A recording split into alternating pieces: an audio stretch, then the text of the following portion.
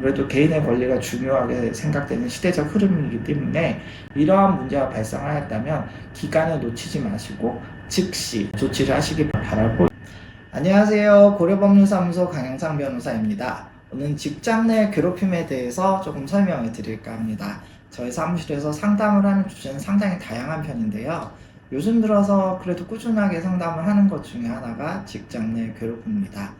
사장님들도 찾아오시고 근로자분들도 찾아오시는데 양쪽에 모두 사용자 측과 근로자 측 모두 직장 내 괴롭힘이라고 하는 것에 대해서는 들어서 알고 있지만 이것이 어떤 법적인 조치를 해야 되는 것인지, 어떤 절차를 거쳐야 하는 것인지, 피해를 입었을 때 사용자는 어떻게 대처를 해야 되고 근로자는 어떻게 피해 보상을 받을 수 있고 이걸 방지할 수 있는지에 대해서 많이 궁금해 하십니다.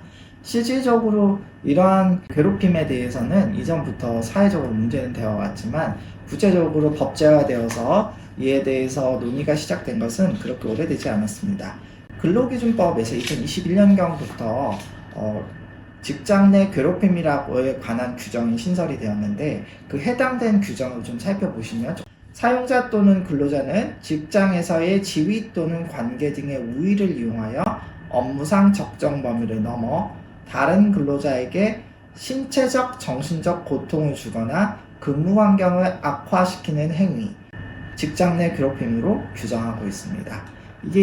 이 규정 자체가 상당히 좀 복잡하고 어려운 내용이 많아가지고 좀 쉽게 좀 풀어 설명하면 어쨌든 자기보다는 사용자는 당연히 우위에 있지만 일반 근로자라고 하더라도 상사이거나 상사는 아니라고 하더라도 어떤 업무상의 내용으로 보건데 아니면 수적인 우위를 가지고서 이 사람은 정신적 피해를 끼칠 수 있는 우위에 있어야 합니다. 이것이 반드시 상사는 아니고 2대1이라든지 아니면 어떤 팀에서 같은 직급이지만 좀 이 사람의 지시라든지 아니면 견제를 받아야 되는 입장이라든지 이래서 우위가 있어야 됩니다. 이러한 것을 통해서 업무상 적정 범위, 그러니까 통상적으로 할 수 있는 수준의 행위를 하는 게 아니라 그것보다 도를 넘는, 물론 이게 범죄라든지 범죄에 해당한다든지 불법행위에 해당하는 수준이면 당연히 포함이 되지만 그러하지 않다고 하더라도 폭행을 하거나 폭언을 하거나 아니면 협박을 하거나 무슨 스토킹을 하거나 성추행을 하거나 이런 범죄에 해당하지 않는다고 하더라도 따돌린다든지 아니면 과도한 업무를 부여한다든지 안 좋은 형태의 소문을 낸다든지, 물론 이게 명예훼손에 해당하는 거면 당연히 이제 형법에 해당하겠지만 그런 정도에 이르지 않는 평판을 좀 낮추는 이야기를 한다든지 이런 것들이 모두 다 포함되는 개념입니다. 그리고 이를 통해서 신체적, 정신적 고통을 주거나 근무 환경을 악화시켜야 합니다. 이거는 개별적으로 상담을 통해서 확인을 해야 하는데 생각보다는 굉장히 넓게 이게 지금 판단을 받고 있고 많은 분들이 호소하는 내용도 예전에는 이성 간의 성추행만 있었다고 하면 요새는 동성 간의 성적 추행이나 희롱, 어떤 의도를 가진 어떤 발언 이런 것들까지도 이것에 좀 상담할 때 보면 포섭되는 경우들이 있기 때문에 이전과 다르게는 굉장히 엄격해지고 있다는 점을 생각을 좀 해주셔야 합니다.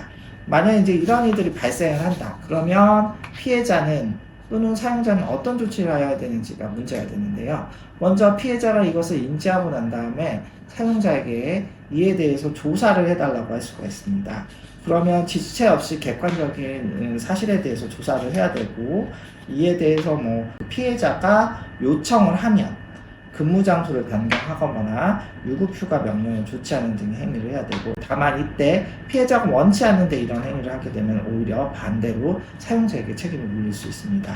괴롭힘이 확인이 되는 경우 피해 근로자가 요청을 하는 경우에 근무 장소 변경이나 배치 전환, 유급휴가 명령 등을 할 수 있고, 이 괴롭힘이 확인된 경우에는 지체 없이 징계나 가해자에 대한 징계나 근무 장소 변경 등의 조치를 하도록 되어 있습니다. 피해 근로자를 이를 사유로 인해서 해고나 그 밖에 불리한 처우를 하게 되면 형사상으로 3년 이하의 징역이나 3천만 원 이하의 벌금에 처할 수 있습니다.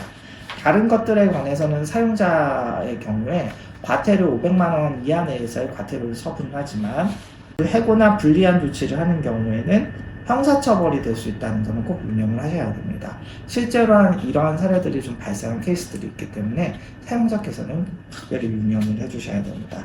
당연히 조사자라든지 조사를 보고받은 자, 참여자는 비밀을 침해해서는 안 되고, 이를 위반하는 경우에는 과태료에 처해질 수도 있고, 경우에 따라서는 명예훼손에 해당할 수 있다는 점도 유념하셔야 됩니다. 이러한 사용자가 이런 조사에 대해서 제대로 하지 않는다, 아니면 이런 이행 조치들을 하지 않는 경우에는 피해자는 고용노동부에 민원을 신청할 수 있고, 그렇지 않다고 하더라도 해고라는 불이익한 조치를 한 경우는 형사 고소도 가능할 수 있습니다. 그 외에 민사상의 손해배상 청구에 대해서 많이 문의를 주시는데요. 이러한 것들은 민사상의 손해배상 책임에서 사용자와 관해서는 근로자를 보호할 계약상의 의무가 있습니다. 이에 위반한다고 볼 수가 있고, 또 한편으로 가해자의 경우에는 불법행위에 해당할 수가 있습니다. 민법 불법행위에 해당하게 되면 그에 의한 손해배상 조치를 할 수 있게 되는데, 이에 대한 피해에 대해서 통상의 경우 치료비가 들었다면 치료로 인해서 일실이익이 잃어버린 소득이 있다면 일실이익으로, 그리고 정신적 피해에 대한 위자료 청구가 가능할 수 있습니다.